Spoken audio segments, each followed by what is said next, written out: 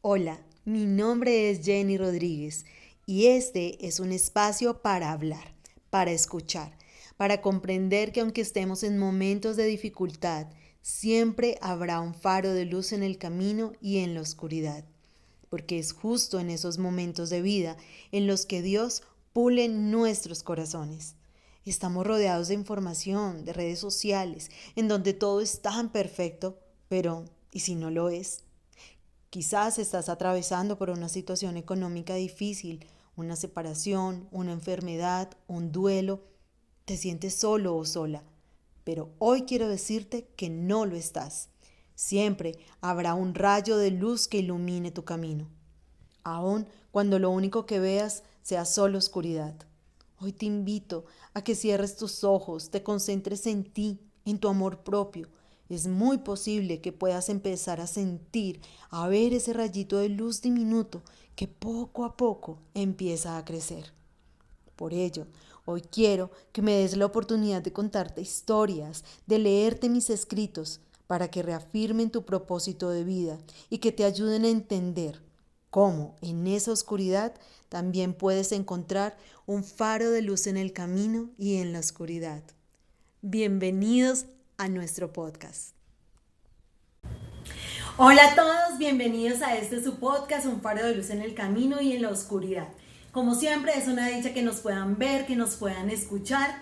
Como siempre les digo, este es un espacio para contar historias de resiliencia, que se puedan conectar, porque son historias que nos llegan no solamente al corazón, sino al alma. Si ustedes están pasando por un momento de dificultad, están en un momento de oscuridad en donde no encuentran salida, qué rico que se puedan conectar con nosotros y poco a poco con estas historias salir nuevamente a la luz. El día de hoy yo tengo el placer de contar con un maravilloso invitado que es Víctor Hugo Morán, uno de nuestros grandes maestros, precursor de la televisión colombiana, y que para mí es un honor que hayas aceptado mi invitación. Bienvenido. Gracias, no, con mucho gusto. Y gracias por tantos elogios. No, pero es que cómo no, por Dios.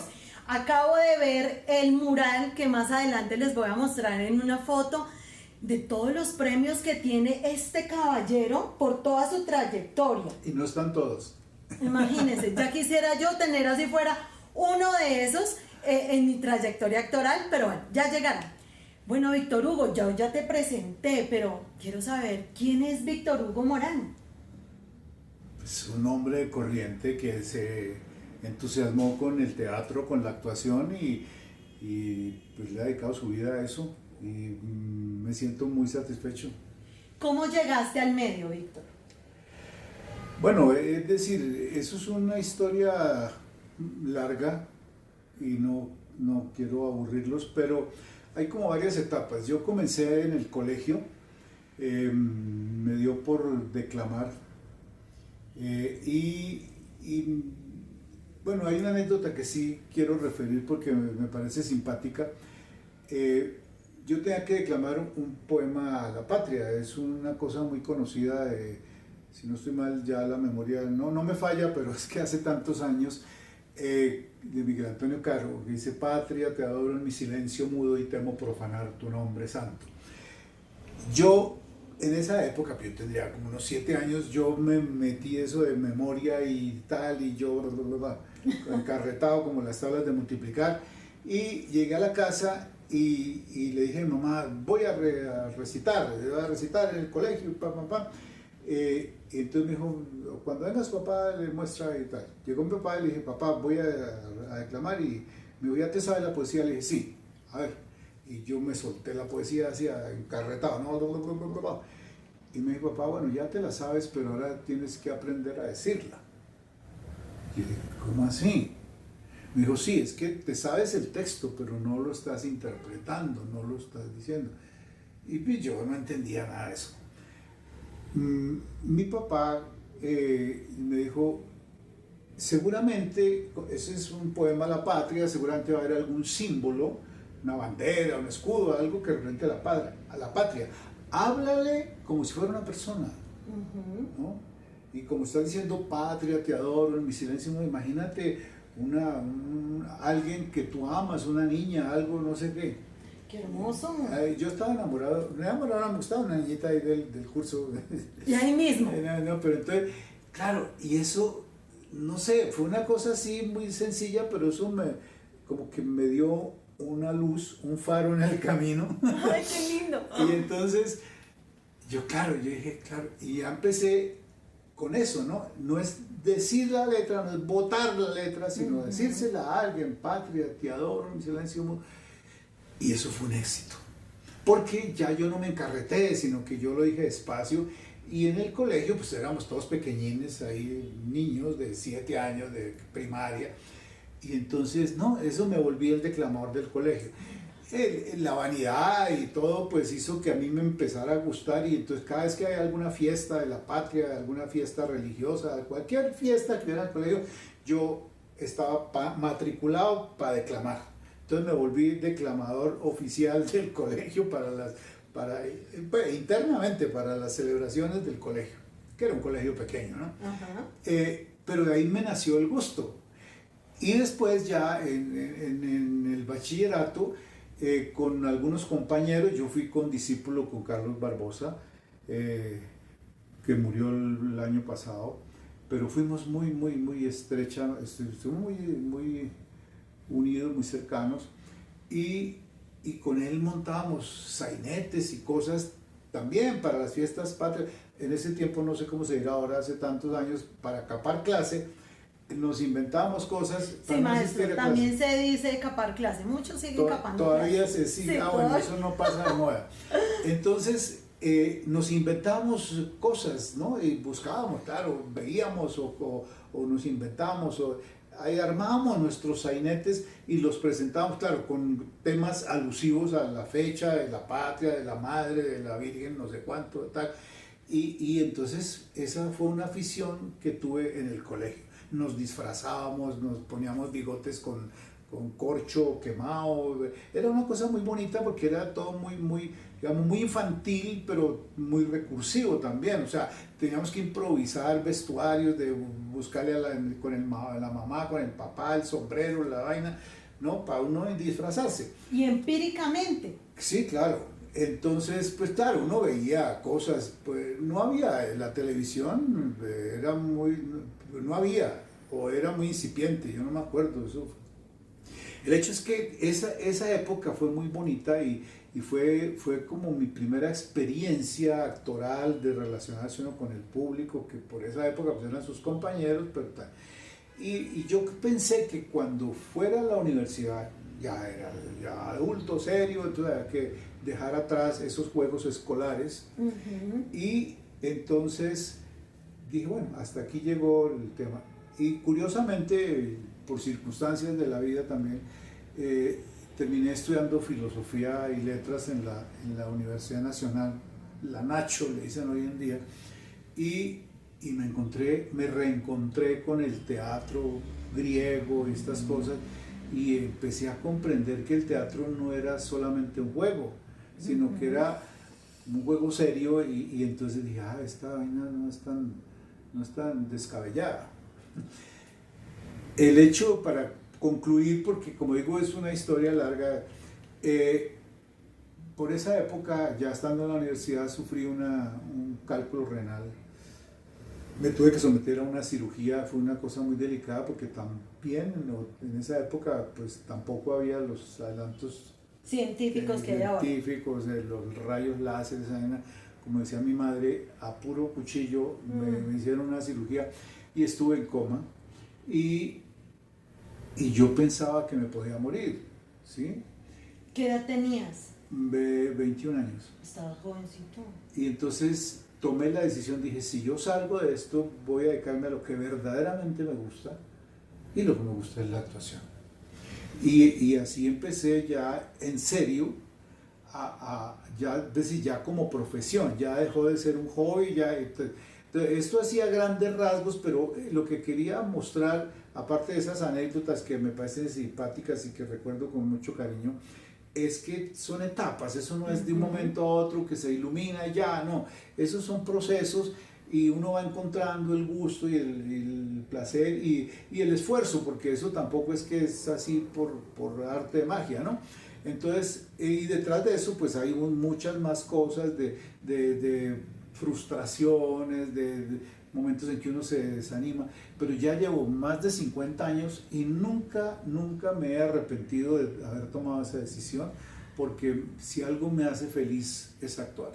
No, maestro, y es que yo recuerdo cuando era niña, de hecho, yo cuando le dije a mi mami que te iba a entrevistar, ¿cómo así? ¿Lo va a entrevistar? Si yo veía Dejémonos de Vainas. Y de hecho yo era muy chiquita cuando veía, pues te veía actuar. Y hoy verte como uno de los grandes maestros de nuestra actuación y poderte tener acá tan cerquita para mí es un honor. Pero, por ejemplo, en mi caso, a mí mis papás me dijeron, si usted va a actuar, no cuente con nosotros porque nosotros no le vamos a alcahuetear esa vagancia. En el caso tuyo, ¿te apoyaron? Pues no hubo un rechazo, pero tampoco un apoyo definitivo, ¿no? O sea, porque mi mamá, pues como yo creo todos los padres en esa época, aspiraba a que yo fuera o médico, o cura, o militar, Sí. o abogado, algún doctorado, o algún grado de alguna vaina. Y actor, pues esa vaina, como que actor, ¿eso qué es? Tuve yo soy de anécdotas, yo soy de muchas anécdotas, porque las anécdotas son experiencias de vida que es bueno compartir, Y ¿no? que te forman y es Claro. lo que hace tu personalidad hoy día. Y yo tuve por esa época una novia, pues yo no sé si llamarla novia porque realmente fue una cosa muy fugaz, pero sí, yo estaba muy entusiasmado con una niña, una muchacha, y ella me dijo, no, es que cuando yo le dije que me iba a dedicar a la actuación y esto, al teatro, en esa época era como el camino, la televisión pues era todavía estaba Muy efímera. muy en ciernes y el trabajo en televisión era pues muy escaso, y en fin. Además yo no tenía pues la experiencia, la fama, el prestigio como para actuar en televisión. Entonces era el teatro como donde uno se refugiaba. Y ella me decía, la novia, me decía, no, lo que pasa es que tú lo que no quieres hacer nada, es decir, eso es vagancia, o sea, porque yo le dije que iba a dejar la universidad para dedicarme a la actuación. Entonces me dijo, no, eso es pura negligencia, no sé qué, tú no quieres nada, eso, los actores, eso allá no son sino homosexuales, drogadictos, no sé qué.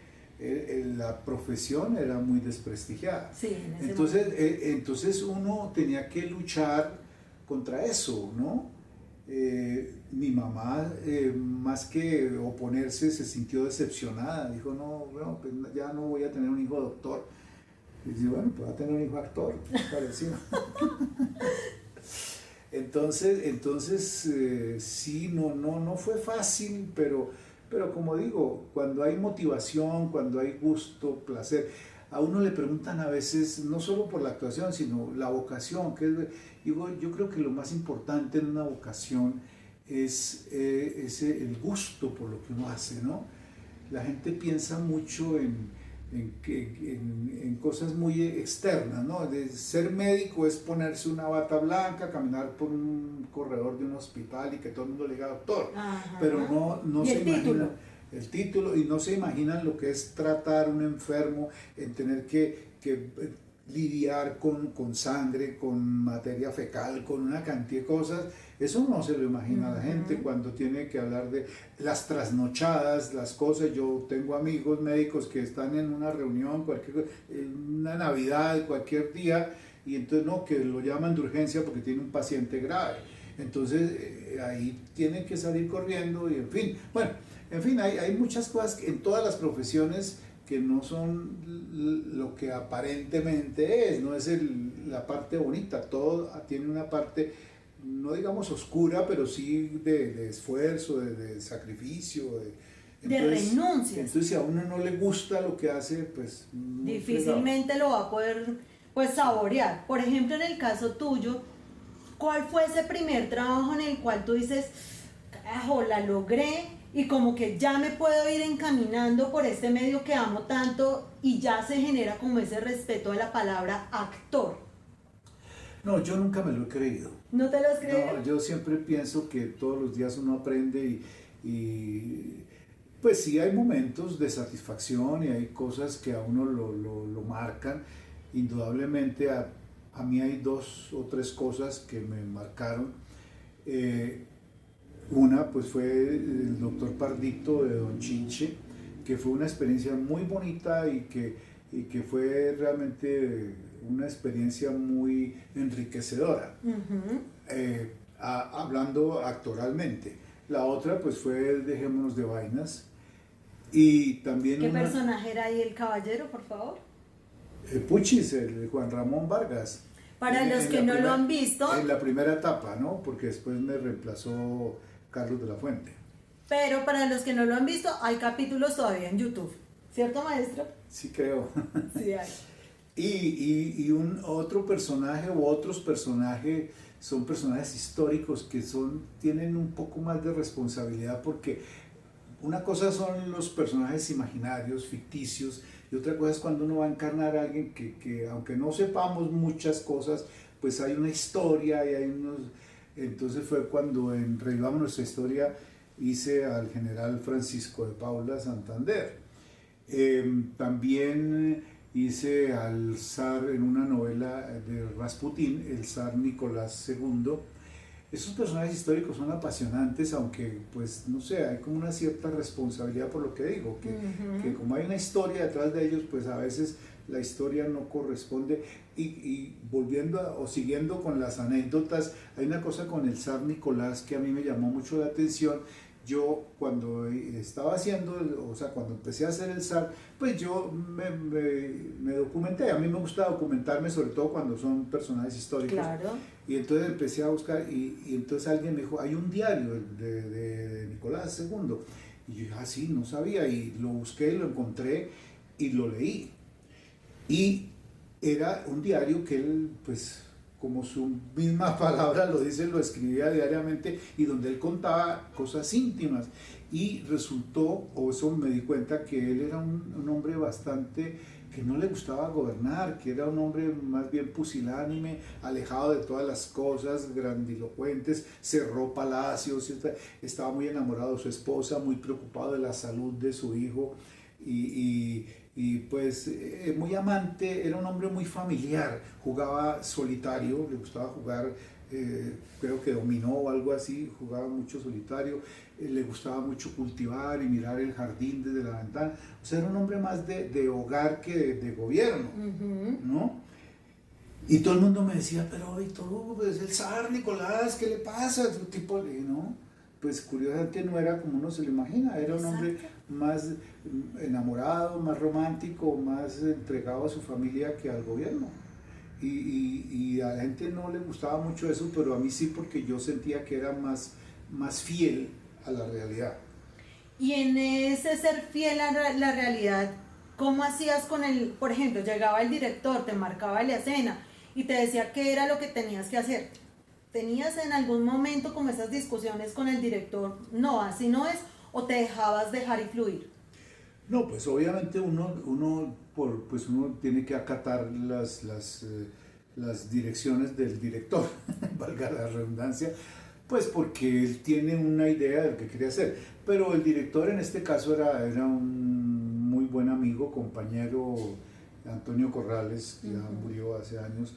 Y pues no había una imposición, sino pues generalmente estábamos de acuerdo, ¿no? Pero cuando no, pues había diálogo y había una relación muy estrecha, muy de compañeros, entonces nunca tuve problema con eso. Y en otros casos, pues lo mismo, o sea, es que si uno tiene argumentos, si uno tiene razones, no es por capricho, sino por cosas que están documentadas, pues un director inteligente, capaz, pues entiende que no es que imponer un capricho, sino es algo que contribuye al personaje y a la producción. Exacto. ¿Qué mensajito tú nos das a los actores que estamos en este medio y en esa creación del personaje? Aparte de indagar, de buscar un poquito más allá y no quedarse sobre las líneas que están. Los actores se preocupan mucho por lo externo, ¿no? Que el vestuario, y sigo con mis anécdotas, ¿no? Me disculpan, pero es que esas son experiencias de vida. ¡Qué delicia!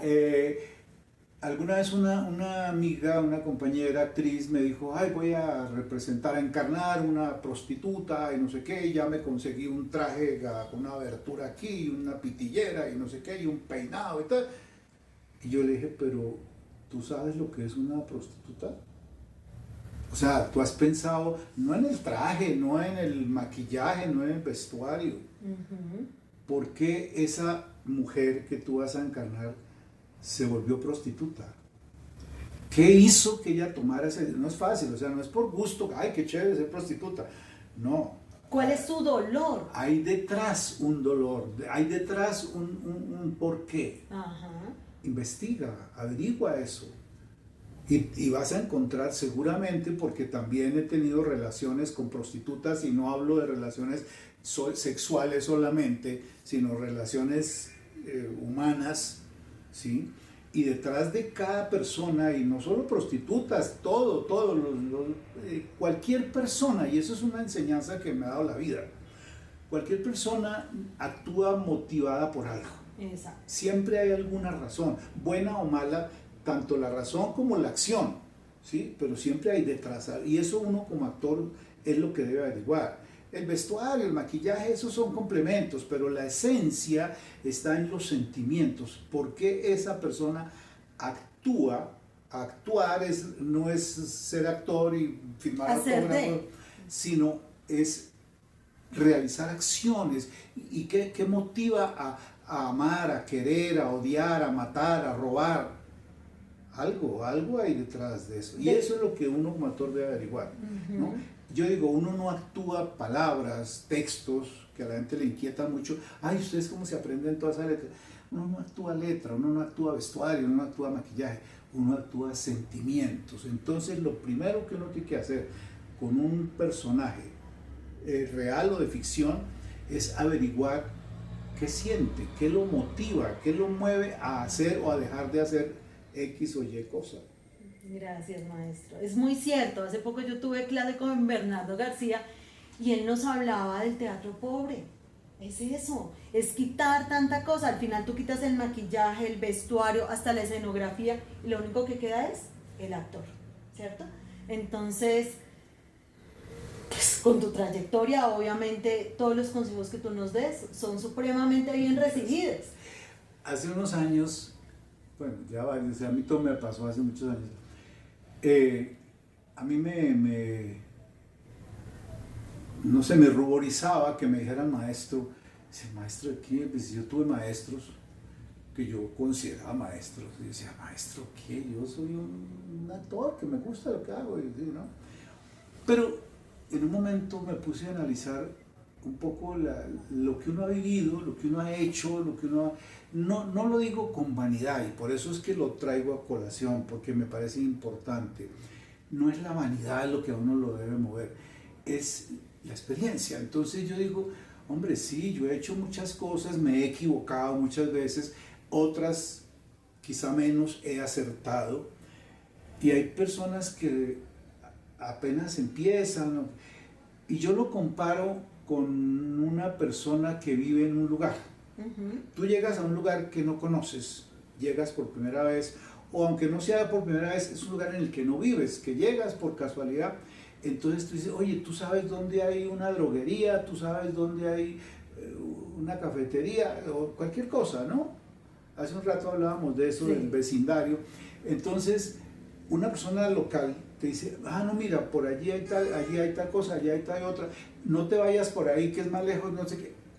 Te da instrucciones. ¿Por qué? Porque vive ahí, porque conoce, porque se ha familiarizado con el entorno.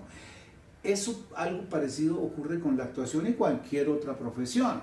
Entonces, cuando uno lleva muchos años haciendo lo mismo, pues lo mismo no quiero decir igual, sino en el mismo ambiente, en la misma, y que le han sucedido tantas cosas, pues uno va adquiriendo experiencia. Entonces, claro, entonces uno le puede no enseñar, recomendar, y indicar a una persona, mira, por aquí puede ser mejor que por allá, ¿sí?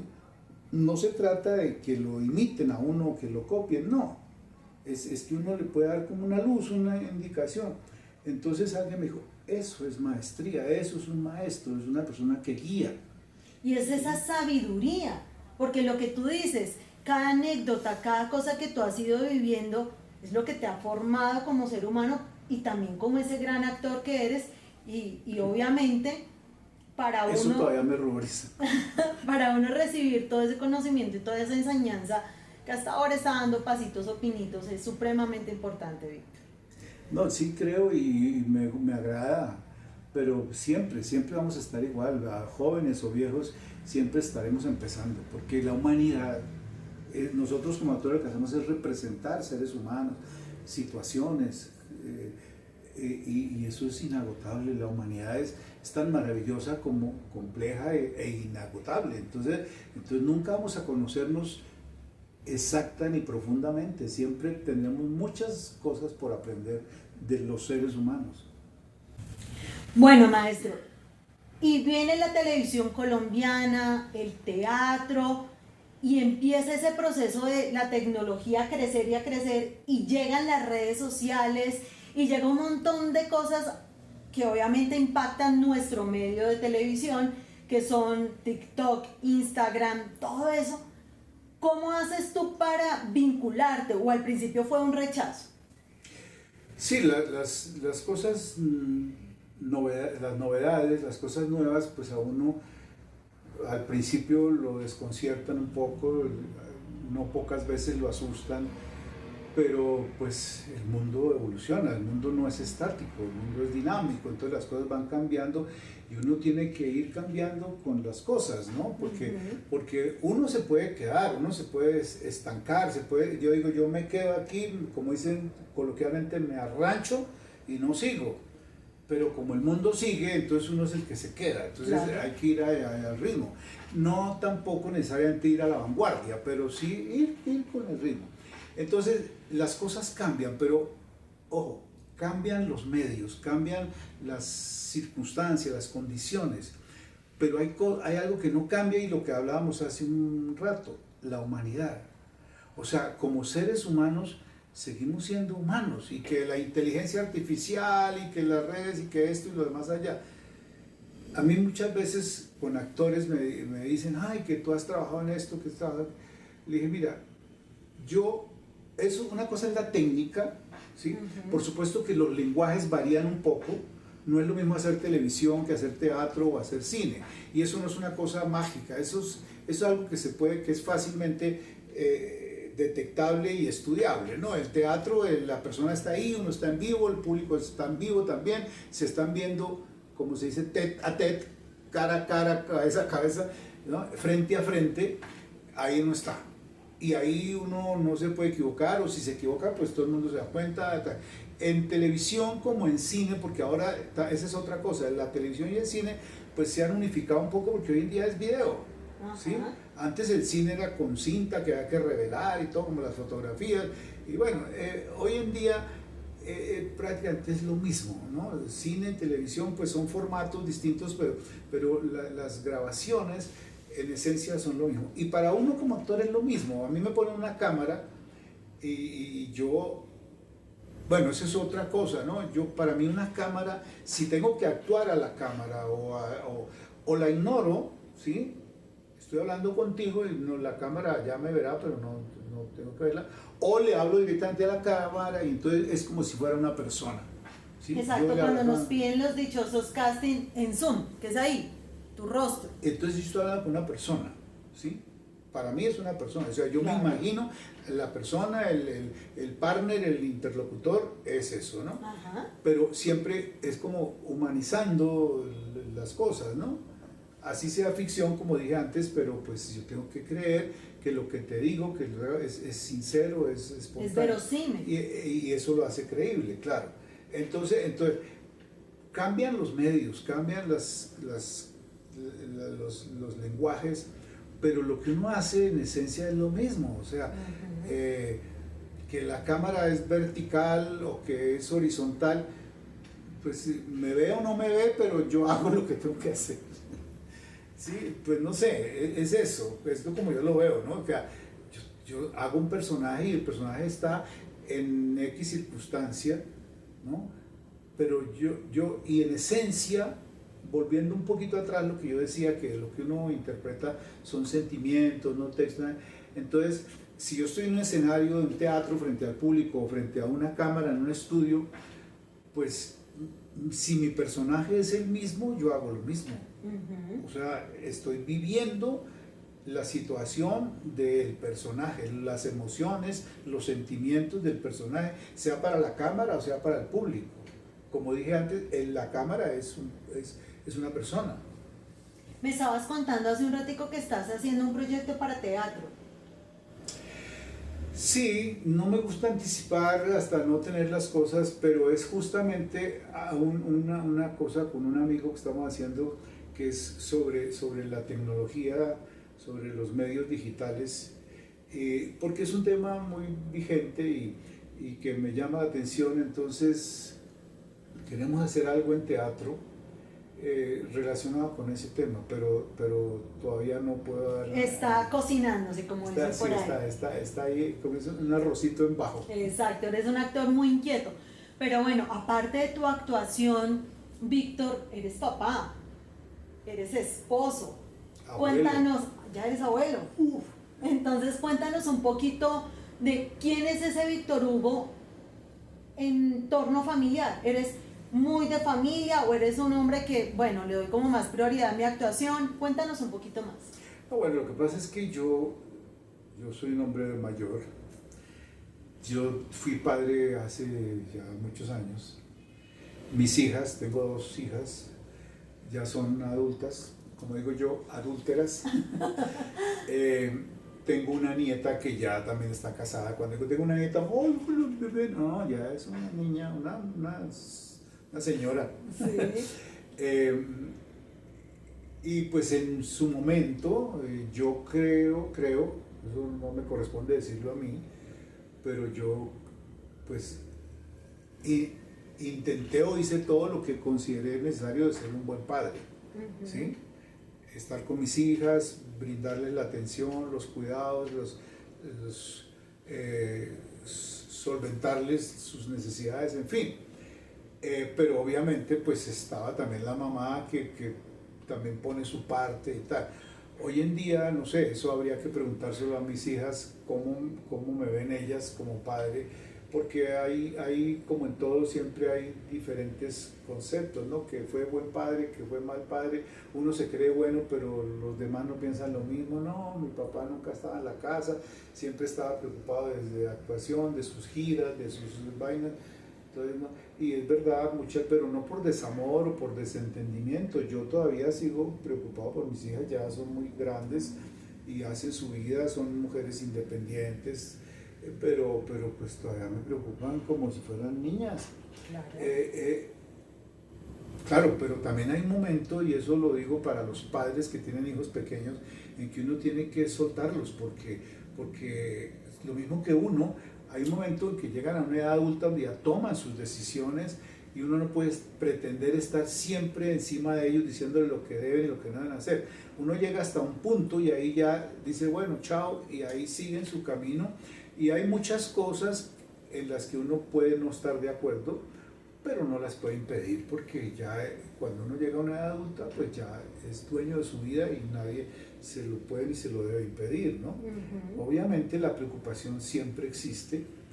Igual me pasa con mi nieta, ¿no? Yo la quiero, pero pues ella ya hace su vida y tiene sus gustos, pues cómo se visten, cómo actúa, eso es de cada uno, eso no se puede intervenir en eso, ¿no? ¿Eres un abuelito alcahuete?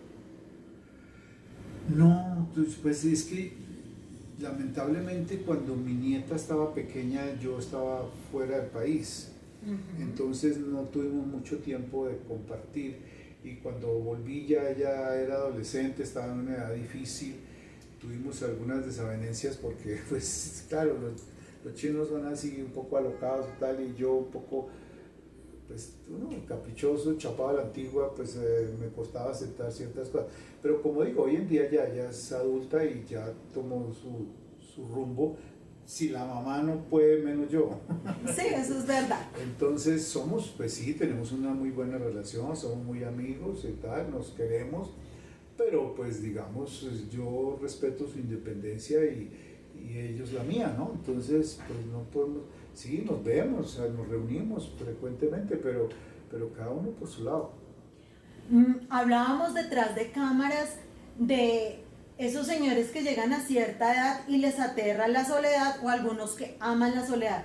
¿Tú con cuál te identificas? Sí, bueno, yo creo que la vida le va dando a uno como las herramientas para afrontar cada situación. A mí no me gusta la soledad. A ver, aquí creo que vale la pena hacer una aclaración. Una cosa es la soledad buscada, esos momentos que uno quiere, a veces quiere estar solo, dice, no, déjeme solo, quiero tener un poco de tranquilidad, independencia, intimidad, lo que sea, es porque uno desea y eso es respetable. Otra cosa diferente es cuando uno está solo por necesidad o por imposición, o sea, porque no tiene a nadie alrededor, porque no hay nadie cercano. Entonces, como se dice coloquialmente, o se decía un dicho, al quejarse al mono de la pila, entonces uno qué hace. Esa soledad me parece dura, ¿no? Y lamentablemente, y no es mi caso, pero yo he visto muchos viejos que viven solos no por gusto, sino por abandono, o porque ya no tienen familia, o por la razón que sea, ¿no? Muchos hijos que se desentienden de sus papás, de sus abuelos, y bueno, vaya problema de ellos. Eso me parece doloroso y es triste. Pero hay personas también que, como digo, buscan la soledad, disfrutan su soledad. Yo más que soledad lo llamaría independencia. Hay gente que es muy independiente y que no soporta o ya no soporta que le controlen la vida, que le digan lo que tiene que hacer y lo que no tiene que hacer. Entonces actúan libremente y les mortifica que alguien les quiera manejar la vida, ¿no? Entonces, eso también lo entiendo, ¿no? Entonces hay diferentes tipos de soledades, pero claro, y las conductas también varían de acuerdo a cada situación. En este momento tienes una pareja que se llama Angélica, que fue una mujer maravillosa que nos dejó todo listo, todo arregladito para que iniciáramos nuestro podcast. Cuéntanos cómo es a tu edad tener una pareja un poco más joven. Sí, un poco no, bastante más joven. Y no, pues son circunstancias de la vida. Yo me conocí con Angélica hace ya vamos a completar 17 años. Creo que nos conocemos hace como 20, pero pues nunca yo pensé, en principio uno no planifica las cosas, ni fue como se enamora a primera vista, ni nada parecido. Fue circunstancias de la vida. Ella estudió diseño de modas y confección, y alguna vez cuando nos conocimos, pues ella estaba un poquito pues en esa búsqueda de realización y tal, y yo estaba montando una obra de teatro. Entonces yo le dije, mira, yo voy a montar una obra y necesito un vestuario, no sé si tú lo puedes hacer o lo quieres hacer. Entonces ella me dijo, sí, claro. Yo le dije, el vestuario para teatro no es como los trajes para la Para moda. televisión, O ni nada de sea, eso. lo mismo que pasa con el maquillaje, no es lo mismo el Ajá. maquillaje de belleza que el maquillaje de caracterización. Entonces yo le aclaré a ella eso, le dije, mira, el vestuario de teatro, más que el modelo y que ¿no? ¿Cómo se llama eso? Bueno, la apariencia, el estilo, es la necesidad. El teatro, la ropa tiene que ser resistente, porque es una ropa que se usa diariamente, los botones, las costuras, en fin, una serie de características que requiere el mismo material. No puede ser una cosa demasiado delicada porque pues se daña, se rompe. Y sobre todo cuando hacemos training antes de entrar a escena. No, Eso y también todo, es súper importante. y es que en una obra de teatro pues el traje siempre es el mismo. Exacto. Puede que haya varios, pero igual tiene mucho trajín, Debe ¿no? tener buena resistencia. Entonces, claro, y para los actores poderse mover con libertad, en fin. Entonces yo le expliqué todo esto a ella y ella me dijo, listo, ella pues lo acató muy bien, pero sin querer queriendo, como dice el Chapulín, ella se fue enamorando del teatro, se fue apasionando con el teatro y encontró pues como sí, un mundo nuevo para ella, pero apasionante, como nos pasa a todos. Entonces se fue enamorando, ella se enamoró primero del teatro después de mí, no sé, Qué no sé, lindo. así como el huevo y la gallina, no sé qué fue primero, pero creo que una cosa llevó a la otra, porque pues para ella el teatro, o acercamiento con el teatro era yo. Entonces se fue como enamorando de eso, pues pasábamos mucho tiempo juntos, ella le gustaba buscar, ir a obras de teatro, ir conmigo, ver, comentar, que yo le contara, que le explicara, conocer un poco el escenario, las luces, y eso poco a poco se fue convirtiendo en una necesidad. Yo estaba solo, por supuesto, solo quiere decir no tenía pareja, nada, entonces nos fuimos acercando y nos fuimos como confabulando, como compartiendo las mismas cosas, y eso fue convirtiéndose en una casi necesidad de una permanencia, de estar juntos. Y entonces en el momento descubrimos eso, que nos gustaba estar juntos, y que yo inclusive le dije, mira, yo sé que tú puedes tener algo de gratitud conmigo, pero yo no pretendo, y que quede muy claro que yo no me estoy cobrando un favor, ¿no?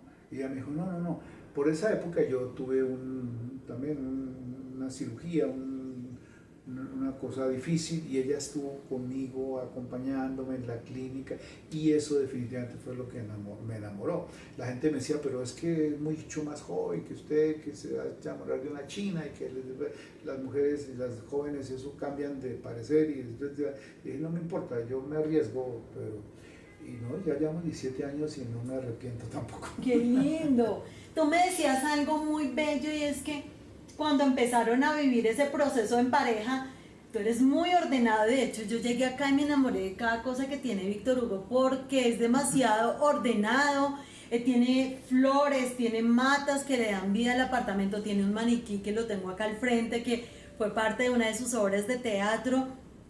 Pero me contabas como esas cosas de que ella deja el azúcar acá, tú dejabas el aceite acá. Yo te preguntaba que si cocinabas, y cómo es ese proceso de empezar como a empalmar todo. No, lo que pasa es que sí, pues es que una casa, este apartamento, y pues nosotros somos los dos solos, no tenemos hijos ni mascotas, entonces somos los dos solos.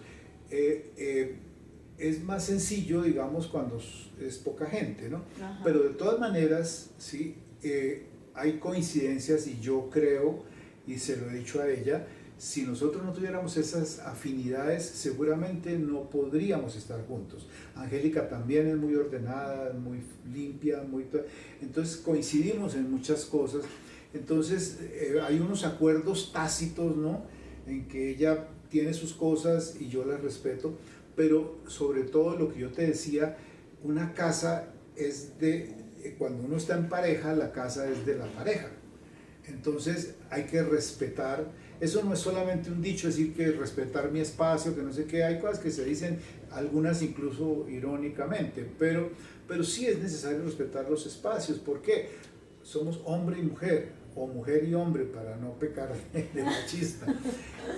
Entonces las mujeres tienen sus necesidades, me refiero, sus cosméticos, sus peines, peineta, todas las cosas, sus ropas, y los hombres también, ¿no? La loción, la afeitadora, en fin. Entonces, si eso todo se mezcla, se revuelve, pues de pronto, ¿dónde está mi casa? ¿Dónde está? Y se vuelve el caos. Entonces, la mejor manera es ordenar, digamos, por lo menos saber dónde están las cosas, y que tus cosas como mujer sepas dónde están, y que donde las dejas ahí aparece, igual uno. Entonces yo tengo mis cosas, sé dónde las pongo y sé dónde las encuentro, y eso nos lo respetamos mutuamente.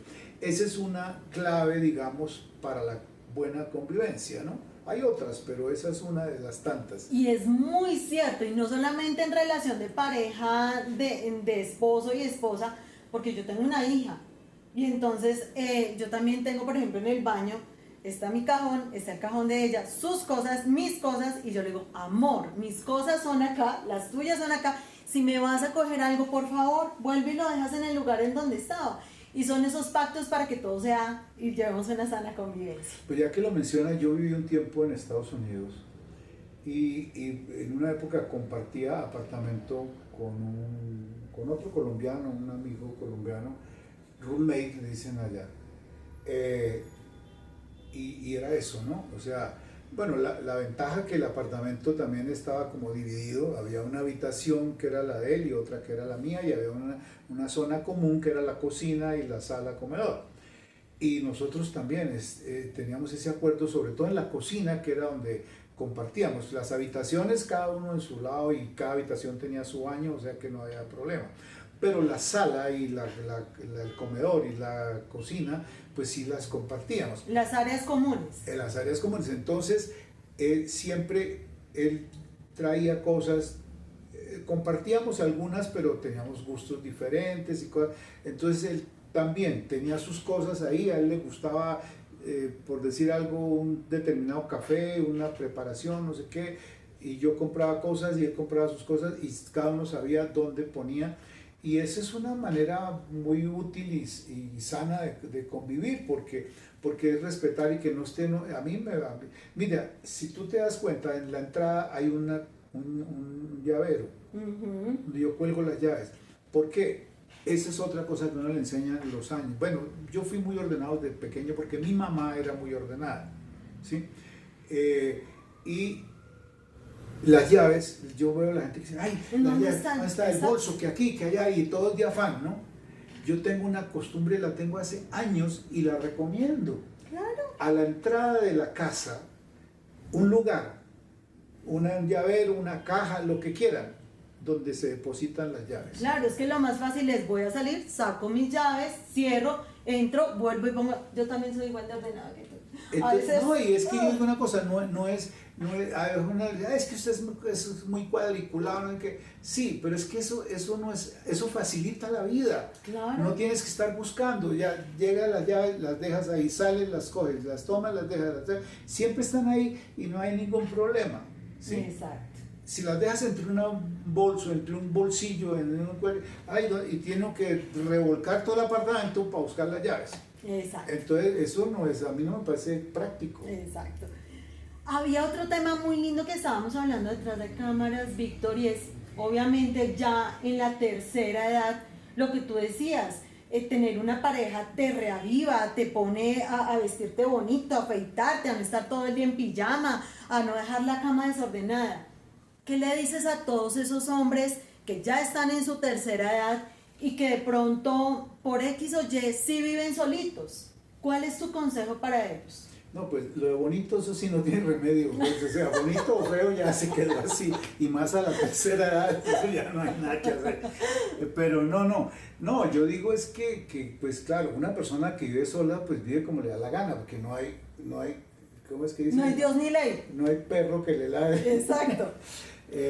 Pero sí creo que a veces, sobre todo los hombres, no tanto los mayores, los hombres más jóvenes tienden a ser un poco abandonados, ¿no?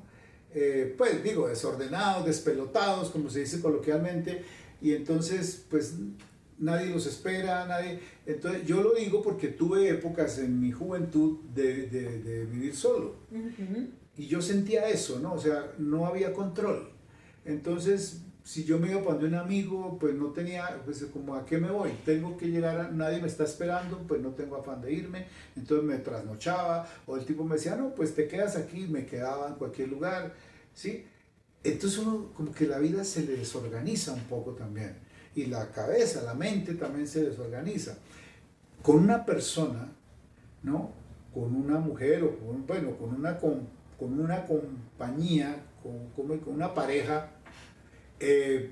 pues uno dice, me voy porque me están esperando, ¿no? Angélica me está esperando, o fulanita o fulanito me está esperando.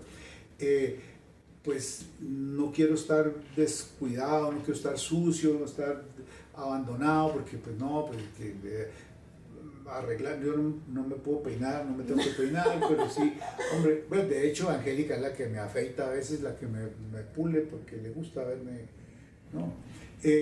Pero claro, uno se arregla, se viste, yo soy muy informal para vestir y me gusta, me encanta la comodidad, pero no confundir comodidad con abandono, o sea, con descuido, con que la ropa sucia y las vainas rotas y sin botones, que esa es otra, ¿no? Que el tipo se le cae un botón y como no sabe pegar un botón, No sabes subir, lo dejo y así. le da pereza, entonces lo deja sin botón.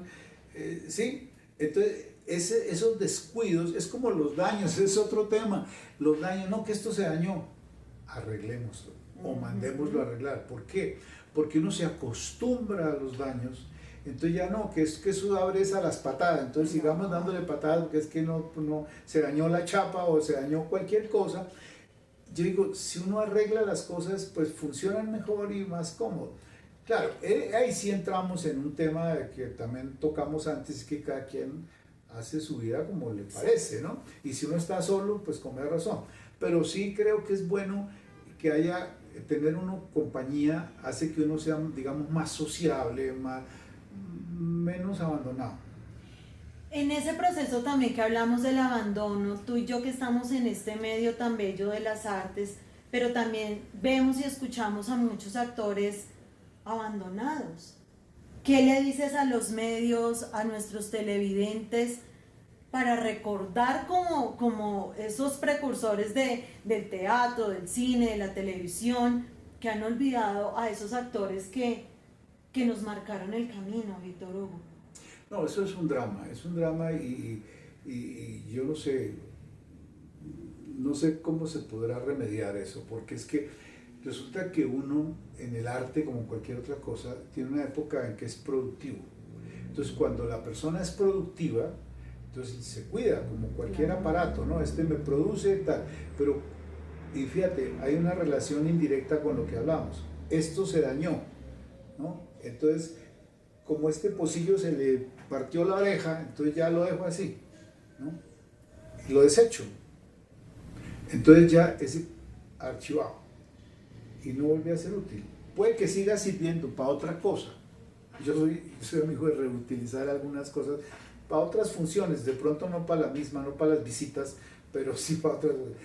Pero eso también se lo aprendí a mi mamá, como reciclar, ¿no? Como, pero las personas no somos reciclables y hay una cosa que no se valora y es la experiencia. Entonces, no, ya no actúa. Sí, mira, el ejemplo creo más cercano son los deportistas. No todos, pero digamos un deportista tiene una vigencia muy corta. Los deportistas en general su periodo de buen desempeño es muy corto, 10, 20 años, ¿no? Ya sí. Se envejece. Un deportista a los 40 años ya es viejo. Entonces, ya. Pero entonces, ¿qué pasa? Son directores técnicos, son entrenadores, bueno, no sé, otras funciones, y los otros aprenden y pueden enseñar. Hay otras cosas en que cualquier persona a cualquier edad puede ser útil. A mí me llama la atención, creo que aquí ya en algunas partes lo hacen, pero a mí me llamó la atención un tiempo que estuve en Estados Unidos, y no es por comparar a Estados Unidos, en otros países, digamos, utilizan gente mayor, inclusive discapacitados, sí, como vigilantes. Pues uno dice, pero un discapacitado, una persona en silla de ruedas no va a coger un ladrón, no lo va a coger, pero avisa. Claro. Sí, sí, no, es que hay cámaras, sí, hay cámaras, pero es que no es lo mismo una cámara que una persona, un testigo, como se dice, ocular, un testigo ocular, que tú ves un señor en silla de ruedas y dices, no, este viejito no, pero están vigilando, están mirando qué ocurre alrededor, son vigilantes. Claro. Y controlan y se pueden dar cuenta de cosas, no solamente de robos, un incendio, una vaina, oye, mire, ya hay una cosa que y avisan, ¿sí? Entonces, digamos, eso es para citar solo un ejemplo, hay más, pero es como una persona aún mayor en silla de ruedas puede prestar una función, cumplir una función. Y no ser olvidada. No, y sobre todo que ya no tiene como el afán ni la cosa, sino que puede estar tranquilo, sentado y tiene todo el tiempo para vigilar. Y para hacer las cosas con mucho más placer. Sí, sí, sí. Entonces es como ese llamado también a ser un poco más empáticos y no olvidarnos de las personas discapacitadas, de las personas de la tercera edad y esas personas que realmente tienen toda la experiencia del mundo que quizás no la puedan tener los jóvenes. No, mire, hay muchos casos, a mí es que son temas muy amplios y pues no, el tiempo lamentablemente no da para más. Pero es que es muy interesante cómo el problema no es desechar, ni tampoco una cosa que se usa mucho ahora y que a mí en el fondo me molesta un poco, y voy a explicar por qué. ¿No? La inclusión. Vamos a incluir, pero ¿qué es incluir? O sea, lo digo irónicamente, o pues no sé, hay que mirarlo en un contexto, si lo descontextualizamos resulta horroroso. Pero este tipo es inservible, ¿no? Pero entonces lo vamos a incluir aquí, como decir, este pocillo viejo lo vamos a poner ahí como que de decoración. No, le podemos encontrar una utilidad. Siguiendo con el ejemplo del pocillo, hombre, yo puedo sembrar ahí una matica. Claro. Por decir algo, no sé. No es completamente desechable. Y lo mismo, una persona nunca es inútil mientras esté viva, mientras esté... Y he visto casos curiosos, no los he hecho yo, pero sí los he visto y hay testimonios fehacientes, por ejemplo, de personas, son jóvenes o muchachos con síndrome de Down, con no sé qué, que hacen cosas sorprendentes. ¿Por qué? Porque los entrenan, los educan, entonces hay una capacidad que tenemos los seres humanos de hacer cosas. No todos podemos hacer lo mismo, pero hay muchas cosas que unos no hacen, pero otros sí. Exactamente. Y lo hacen bien y, como tú dijiste, lo disfrutan. Entonces, es también no solamente inclusión como una palabra ahí hueca, sino oportunidades. Que la gente, mira, yo creo que una cosa importantísima para cualquier ser humano es sentirse inútil. A mí a veces me preguntan, para ti, ¿cuál es la mayor ofensa? ¿No? A mí me pueden decir lo que les dé la gana. Lo que más me duele es que me ignoren. Yo creo que la peor ofensa de una persona es ignorarla. Y eso se da más frecuentemente de lo que uno cree, ¿no? Pasar por delante de una persona y decir, hola, ¿cómo está? Y tú, es decir, tú no existes. Digo, oiga, estoy aquí, míreme, yo existo, estoy vivo. Son valores que se han ido perdiendo. Buenos días, buenas tardes, hasta luego, muchas gracias. Una mirada, solamente Exacto. una mirada. Y eso fue algo muy lindo que yo les quiero comentar, porque cuando fuimos al encuentro en Centro Camaleón, salimos de un taller con Bariel, que nos estaba explicando pues todo el tema de las redes sociales. Me acerco yo, saludo al maestro, y obviamente uno tiene esos nervios, esas maripositas acá en el estómago, y uno dice, ay, ¿será que le digo? ¿Será que no le digo? Pero él fue tan bello que yo no lo dudé, yo sentí ese llamado en mi corazón, le dije, papito Dios, voy a hablarle. Y te hablé sobre mi podcast de Un Faro de Luz en el Camino y en la Oscuridad, y te comenté sobre qué trataba, y fue maravilloso el que tú de una vez me dijeras, listo, Jenny, cuenta conmigo.